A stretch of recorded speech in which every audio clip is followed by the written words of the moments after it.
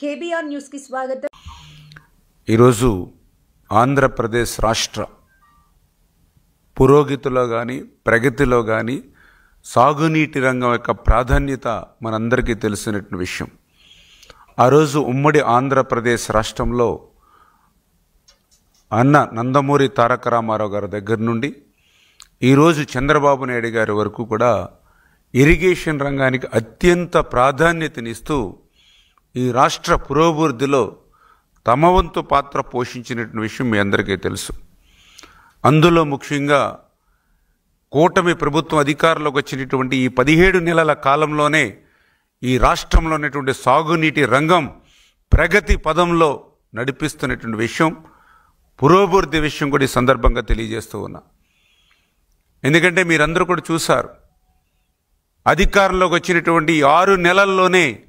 సాగునీటి రంగ వ్యవస్థను ప్రక్షాళన చేయాలనే ఉద్దేశంతో, సాగునీటి పనుల్లో రైతులకి భాగస్వామ్యం కల్పించాలనే ఆలోచనతో 5 సంవత్సరాలు నిర్వీర్యమైపోయి రద్దు చేయబడినటువంటి సాగునీటి సంఘ ఎన్నికలను సమర్థవంతంగా నిర్వహించి ఈవేళ రైతులకి ఇరిగేషన్లోను వ్యవసాయ రంగంలోనూ ప్రాధాన్యత కల్పించిన విషయాన్ని సందర్భంగా గుర్తు చేస్తూ ఉన్నా. అదేవిధంగా వేల కోట్ల రూపాయలు వెచ్చించి నిర్మాణం చేసినటువంటి ప్రాజెక్టులు కానీ, రిజర్వాయర్లు కానీ, డ్యాములు కానీ, వాటి యొక్క మెయింటెనెన్స్ సంబంధించినటువంటి పనులు చేయకపోతే వేల కోట్ల రూపాయలు నిరుపయోగం అయిపోతాయనేటువంటి పరిస్థితి మనందరికీ తెలుసు. కానీ గత 5 సంవత్సరాల వైసీపీ పాలనలో ఆ యొక్క ప్రాజెక్టులు కానీ, డ్యాములు కానీ, రిజర్వాయర్లు కానీ వాటి రిపేర్లు మాట అటుంచి కనీసం గ్రీజు పెట్టి మెయింటెనెన్స్ పనులు కూడా చేయనటువంటి పరిస్థితి మనందరం కూడా చూసాం. అందుకే ఒక పులిచింతల గేట్ కొట్టుకుపోయినా, ఒక మరి ఏదైతే ఫించా డ్యాము కొట్టుకుపోయినా, అన్నమయ్య డ్యాము మరి కొట్టుకుపోయి ఆ రోజు ఊర్లు తుడిచిపెట్టుకుపోయి 42 మంది చనిపోయిన, గుండ్లగమ్మ గేట్లు కొట్టుకుపోయినా, ఇటువంటి పరిస్థితులన్నీ కూడా 5 సంవత్సరాల పాలనలో ఆ రోజు మనందరం చూసినటువంటి స్థితిలో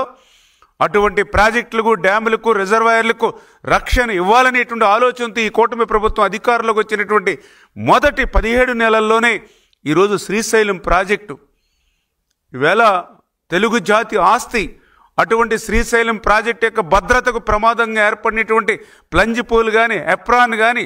వాటి యొక్క రిపేర్ల కోసం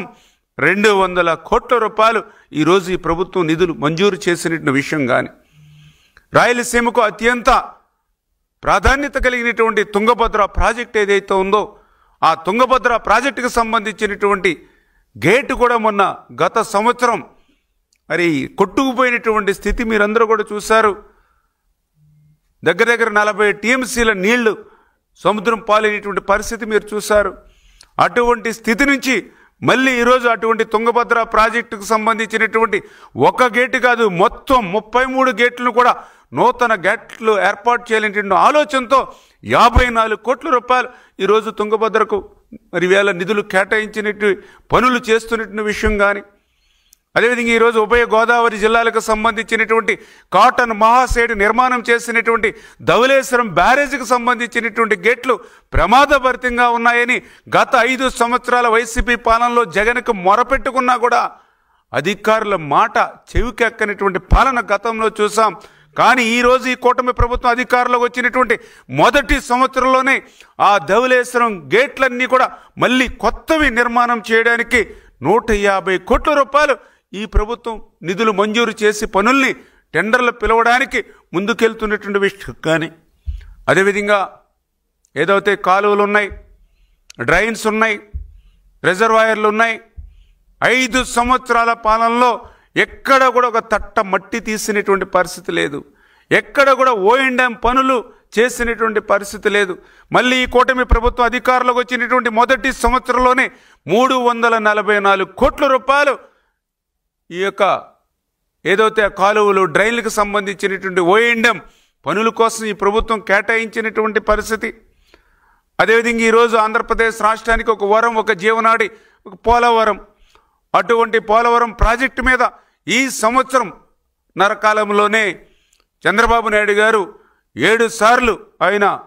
రివ్యూ సమీక్ష జరపడం కానీ, 3 సార్లు ప్రత్యక్షంగా పోలవరం ప్రాజెక్టుని సందర్శించి రేపు 2027 డిసెంబర్ కల్లా ఆ పోలవరం ప్రాజెక్టు పూర్తయ్యేటువంటి లక్ష్యాన్ని అందుకునేటువంటి దిశలో ఈరోజు పోలవరం ప్రాజెక్టు పనులు పురోభివృద్ధి సాధిస్తున్నటువంటి విషయం. ఆ పోలవరం ప్రాజెక్టుకి భూములు, ఇళ్ళు త్యాగం చేసినటువంటి నిర్వాసితులు గత 5 సంవత్సరాల వైసీపీ పాలనలో ఒక్క రూపాయి కూడా వాళ్ళకి ఇచ్చినటువంటి పరిస్థితి లేదు. కానీ ఈ కూటమి ప్రభుత్వం అధికారంలోకి వచ్చినటువంటి ఈ 16-17 నెలల కాలంలోనే మొన్న సంక్రాంతికి 900 కోట్ల రూపాయలు, మొన్న దీపావళికి 1000 కోట్ల రూపాయలు, ఒక్క సంవత్సరం కాలంలోనే 1900 కోట్ల రూపాయలు ఈ యొక్క కూటమి ప్రభుత్వం ఆ నిర్వాసితులకు కూడా ఈ యొక్క సాయం అందించినటువంటి పరిస్థితి కూడా మనందరం కూడా చూసాం. అంతకు మించి పోలవరం లెఫ్ట్ మెయిన్ కెనాల్ ఏదైతే ఉందో